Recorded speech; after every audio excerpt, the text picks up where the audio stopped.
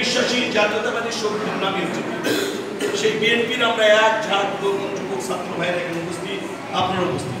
এই কাশমানপুরীর আজকের এই মাদ্রাসা এটা একটা আমাদের ইসলামের এটা একটা পাঠশালা, যেখান থেকে আমাদের কচিকাঁচা ছেলেমেয়েরা, আমাদের সন্তানেরা, আমাদের ভাতিজারা, আমাদের ভাগনারা ইসলামের আলো ছড়িয়ে দিবে, কোরআনে হাফেজ হবে, বিভিন্ন শিক্ষামূলক কর্মকাণ্ড।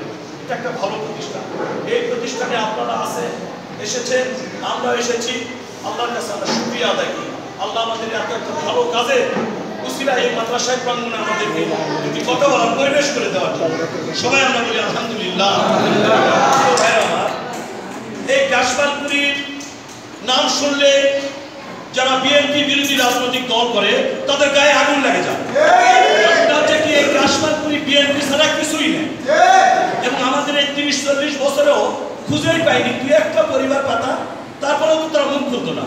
কিন্তু এই গত ১৭ বছরে ফাঁসিবাদী আওয়ামী লীগ সরকারের ছত্রছায়া এখানকার কিছু ছোট ছোকরা আওয়ামী লীগের দায়িত্ব পায় রাজু চেয়ারম্যানের নেতৃত্বে এলাকায় বিভিন্নভাবে ত্রাস সন্ত্রাস দাঙ্গা হাঙ্গা সৃষ্টি করে কিছু একটা রূপবল তৈরি করেছে, যা ইতিমধ্যে তাদেরকে কিছু না বলার আগে তারা মনে হচ্ছে আপনার ফেরেস্তা হয়ে গেছে। এই গ্রামের বিএনপি ছাড়া কিছুই নেই, আছে নাকি? আপনারা কি আছে তারা? না, যাই আপনারা সবাই ঐক্যবদ্ধ হবেন। আমাদের মধ্যে কিছু লোক আছে বিএনপি আওয়ামী লীগ, যেমন আওয়ামী লীগের মধ্যে সমস্ত আওয়ামী লীগ খারাপ, কিন্তু ওদের আচার আচরণের কারণে মানে সমস্ত আওয়ামী লীগ দাগি হতে হতে প্রস্তুত আরম্ভ হয়ে গেছে। আর বিএনপি তো আমাদের মতো, দেখেন আমাদের মধ্যে আমরা যারা বসে আছি সবাই তো এক না, আমাদের মধ্যে কিন্তু ভালো মন্দ লোক আছে। কিছু কিছু বিএনপির নেতা আছে তারা মনে করে যে কাশমানপুরী কুমারপুর এরা আমাদের বাড়ির চাকর সবাই।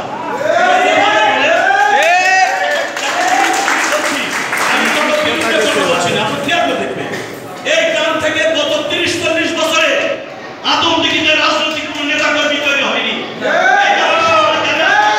আমার সাথে এরা যারা ছিল এখানকার, এই তো আপনাদের রাহা, এরা যদি আজকে আমরা বিএনপির নেতৃত্বে না থাকতাম এদের নাম কোনোদিন কাগজ কর্মী উঠতো না। তাহলে কি এরা তো খারাপ হয়নি? আপনারা সারা জীবন কামলাগিরি করতে হবে, গৃহস্থ হবেন না আপনারা? আপনারা কি ব্যবসায়ী হতে চান না? খালি ব্যবসার দোকানের কর্মচারী হয়ে থাকবে, শুধু কর্মচারীগিরি করে যাবেন না, কাজের লোক হয়ে থাকবে। আপনাদের মধ্যে কি সেই নাই? আমাদের আপনাদের মধ্যে কি মেধাবী ছেলেরা নাই? কত বড় বড় গৃহস্থ নাই?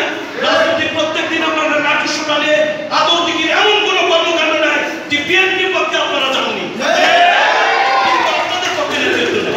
আজকে যখন আমাদের কথা একটা, এই বিএনপি দল হচ্ছে শহীদ জিয়াউর রহমানের দল, কোন মানুষের দল হচ্ছে বিএনপি, বেগম খালেদা জিয়া তারেক রহমানের দল বিএনপি। এদের মার্কায় আমার আপনার মার্কা হচ্ছে ধানের শীষ। ধানের শীষ যার হাতে থাকবে আমরা এই এলাকার সমস্ত মানুষ